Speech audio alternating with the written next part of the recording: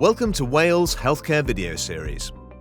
In this video, you will learn about how to unpair the Wale Instant Match transformer from a Bluetooth-compatible shower, and also how to unpair the Mira Advance Flex Extra shower from the transformer.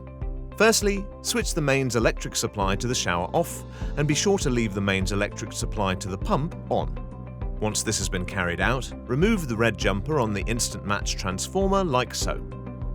The red jumper must be removed to start the unpairing process.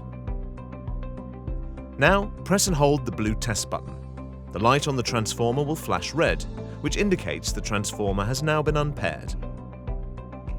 In cases where the Mira shower needs to be paired to a new transformer or repaired with an existing transformer, the following steps to unpair the shower must be taken.